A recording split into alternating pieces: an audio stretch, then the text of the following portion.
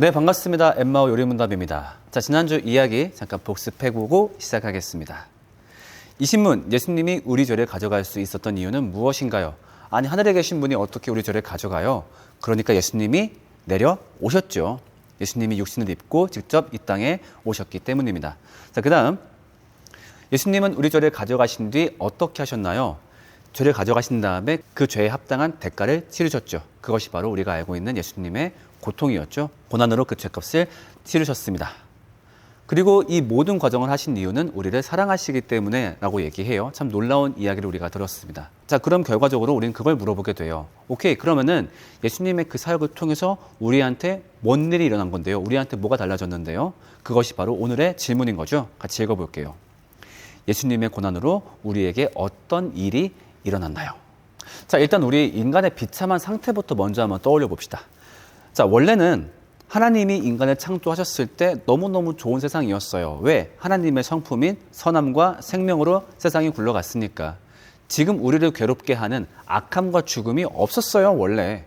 자, 그런데 문제는 뭐예요? 인간이 하나님과의 관계를 끊어버리고 말죠. 그것이 바로 하나님을 거부했던 선악과 사건이었어요. 자, 그때부터 인간한테는 선함 대신에 죄가, 생명 대신에 죽음이 들어오게 된 것이죠. 바로 이것이 인간의 비참한 상태예요. 이때부터 우리는 이 죄를 떨칠 수가 없습니다. 너무너무 떨쳐내고 싶지만 떨칠 수가 없어요. 자, 근데 그런 상황에서 굉장히 무서운 건 뭐냐면요. 우리가 그동안 봐왔지만 죄는 반드시 대가를 치루어야 된다라는 거죠. 내가 죄를 지었어? 거기에 반드시 대가를 치러야만 해요. 자, 그런 점에서 오늘 예수님의 만남은 굉장히 의미가 있습니다. 예수님이 누굴 만났냐면요. 바로 간음한 여인을 만났습니다. 자, 앞에 상황 제가 빠르게 복습해 드릴게요. 예수님이 회당에서 사람들을 가르치고 있는데 바리새인들이 갑자기 간음한 여인을 붙잡아서 데리고 옵니다. 예수님, 얘 그 바람 피고 불륜했거든요. 율법 보면요, 이런 여자는 돌로 쳐 죽이라고 하잖아요. 어떻게 죽일까요, 말까요? 갑자기 예수님한테 그런 말을 물어봐요. 근데 이 양반들이 예수님한테 왜 그런 걸 물어볼까요? 예수님을 스승으로 인정해서? 자, 그렇지 않죠. 말씀 한번 같이 볼게요. 그들이 이렇게 말한 것은 예수를 시험하여 고발할 구실을 찾으려는 속셈이었다. 왜냐면요, 이제부터 예수님은 여기다가 어떻게 대답하더라도 뭐에는 걸리게 되어 있어요. 자, 한번 생각해 봅시다. 만약에 예수님이 벌하지 마 라고 하게 되면 뭘 위반하는 것이냐? 바로 율법을 위반하는 거예요. 자, 같이 한번 읽어볼게요. 남자가 다른 남자의 아내, 곧 자기의 이웃집 아내와 간통하면 간음한 두 남녀는 함께 반드시 사형에 처해야 된다. 율법에서는 이 간통, 간음, 불륜한 남녀를 죽이라라는 말이 굉장히 많이 나와요. 너무너무 중요하게 강조하고 있는 거죠. 그런 상황에서 죽이지 마, 너무하잖아 라고 얘기하게 되면은 율법을 어기는 거니까 아마 이 바리새인들이 유대인들에게 예수님을 고발할 거예요.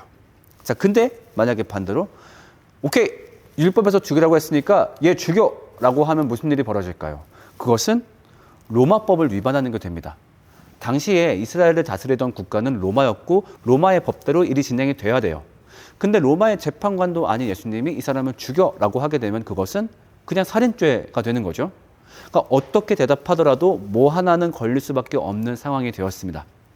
예수님이 어떻게 대처했을까요? 같이 한번 읽어볼게요.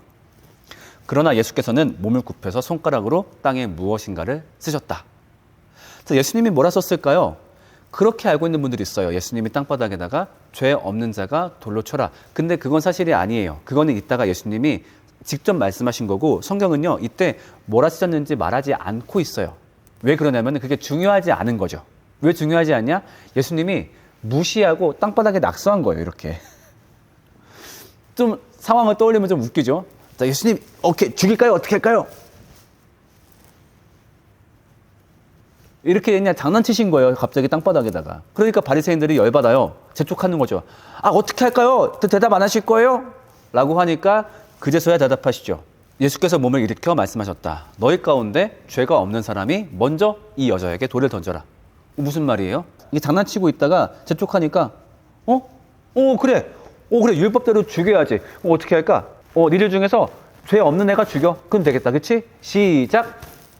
그 다음에 어떻게 해요? 또 낙서를 하신 거예요, 바닥에.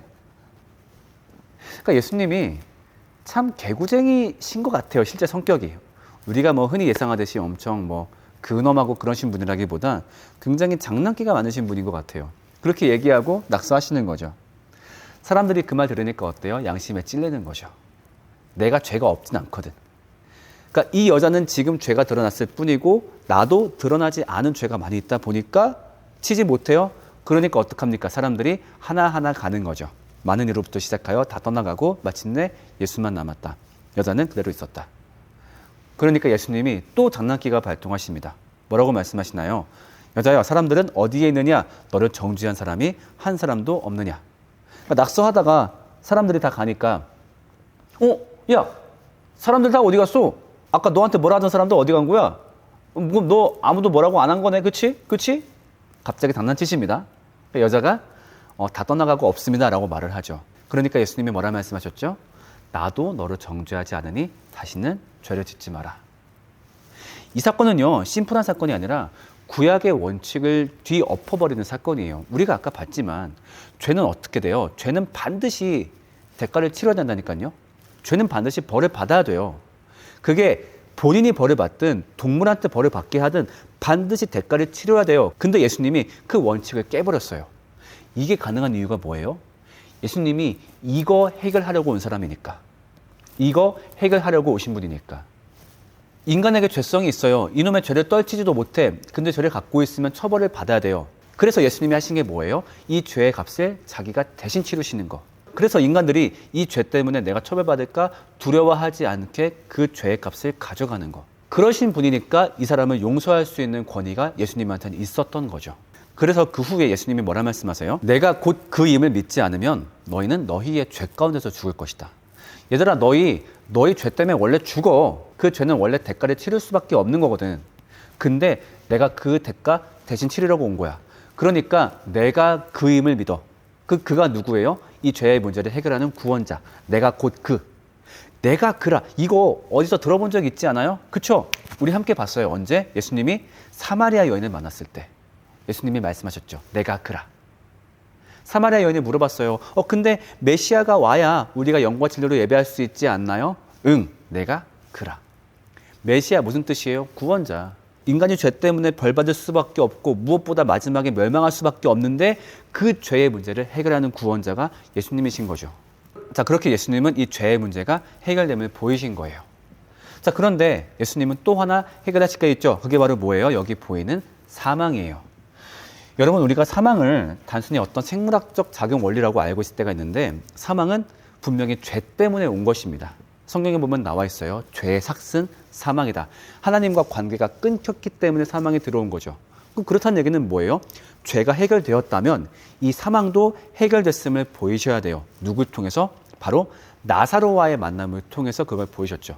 자, 간단하게 요약할게요. 예수님이 사랑하는 나사로가 아팠어요. 그 여동생들이 예수님을 불렀습니다.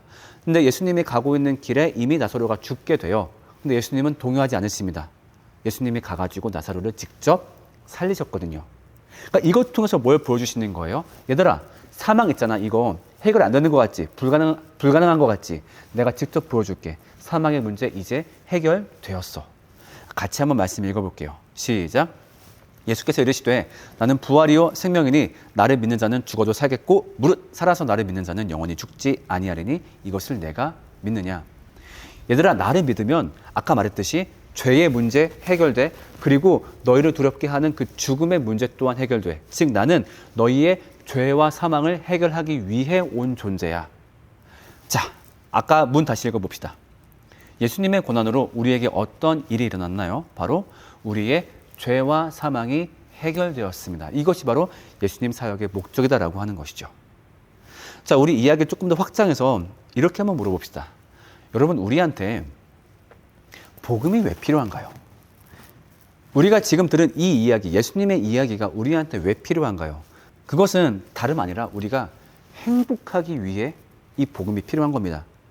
여러분 기억하시나요? 우리가 맨 처음 요리문답 출발할 때 일부 프리가스펠에서 이 내용을 배웠어요. 1문부터 5문까지. 우리한테 복음이 왜 필요하냐고. 행복하고 싶은데 죄와 사망 때문에 사는 거 너무너무 힘드니까.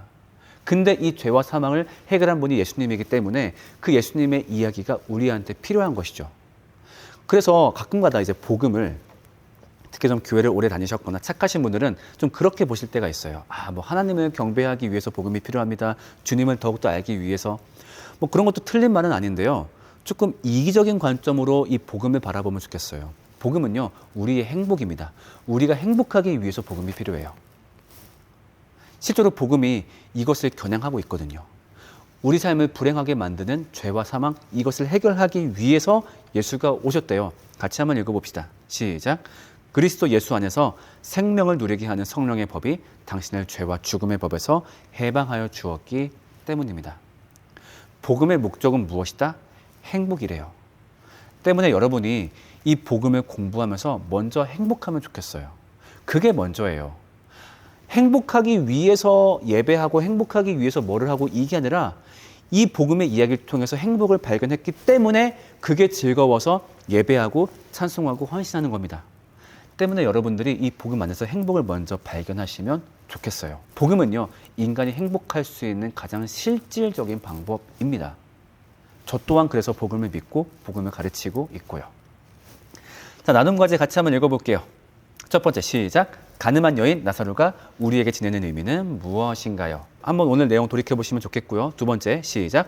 복음을 믿어야 할 이유를 설명해 봅시다. 한번 상황을 가정해 볼게요. 어떤 사람이 나한테 야, 복음을 왜 믿어야 돼? 라고 물어봤을 때 어떻게 대답하면 좋을지, 아니면 스스로 이 복음을 어떻게 설명할 수 있을지. 자, 그때 제가 오늘 한 내용들을 한번 잘 활용해서 대답해 보시면 좋겠어요. 이 단어를 활용해서 행복, 죄, 사망, 이 세 단어를 포함해서 우리가 복음을 왜 믿어야 되는지 한번 설명해 보시면 좋겠습니다. 자, 이렇게 마치기 전에, 자, 근데 오늘 뭔가 약간 삐딱한 생각 들지 않았어요?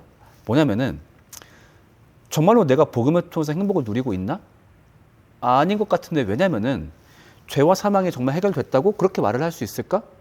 여전히 세상에 죄가 넘치는데, 나쁜 놈의 죄도 넘치고, 내 안에 죄도 넘치고, 또 우리 모두는 죽을 수밖에 없는데, 죄와 사망이 해결되었다고 말을 할 수 있나? 이런 상황에서 내가 행복을 어떻게 느껴? 맞아요. 예수님이 이루신 죄와 사망의 해결, 이거 어떻게 우리가 누리면서 살 수 있을까요? 그것이 바로 4부의 주제입니다. 그래서 우리는 앞으로 4부에서 이 악함과 죽음을 누리고 사는 방법에 대해서 배워나갈 거예요. 어떤가요? 기대되시나요? 네, 좋습니다. 다음 주에 3부 마지막 질문 하나만 더 이야기하고 그 다음 주부터 함께 4부의 이야기 알아갈게요. 그래서 이 복음을 통해서 정말로 실제로 우리가 어떻게 행복할 수 있는지 그 행복의 길을 같이 한번 알아가면 좋겠습니다. 우리는 다음 시간에 만나겠습니다. 안녕히 계세요.